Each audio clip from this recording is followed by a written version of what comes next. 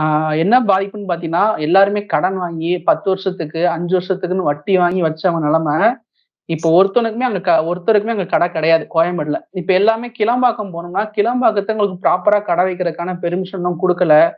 இப்ப அந்த கிட்டத்தட்ட கிளம்பாக்கம்ன்றது ஸ்டார்ட் பண்ணி 1 மாசத்துக்கு மேல ஆகப்போது. அங்க ஆமா. கோயம்பேடுமே குளோஸ் பண்ணிட்டாங்க. அங்க பயணிகள் வர்றது ரொம்ப குறைஞ்சிருச்சு. இப்ப கிளம்பாக்கத்துல பயணிகள் நெறைய பேர் வர ஆரம்பிச்சுட்டாங்க. வந்தாலுமே ஒரு அடிப்படையான ஒரு தேவைகள் வாங்குறதுக்கு, குழந்தைகளுக்கு பால் வாங்குறது மொதற்கொண்டு கிளம்பாக்கத்துல இல்லன்றது தான் மெயினான ஒரு குற்றச்சாட்டா இருக்கு. அ இது வந்து கோயம்பேடுல இருந்தவங்களுக்கும் பெருசா ஒரு லாஸ் தான். கிளம்பாக்கம் வர பயணிகளுக்கும் லாஸு. பயணம் பண்ற அந்த குழந்தைகளுக்கா இருக்கட்டும், ஒரு அடிப்படை தேவை வாங்குறதுக்கான கடைகள் இல்ல. முதல்ல வியாபாரிகளுக்கான லாஸு.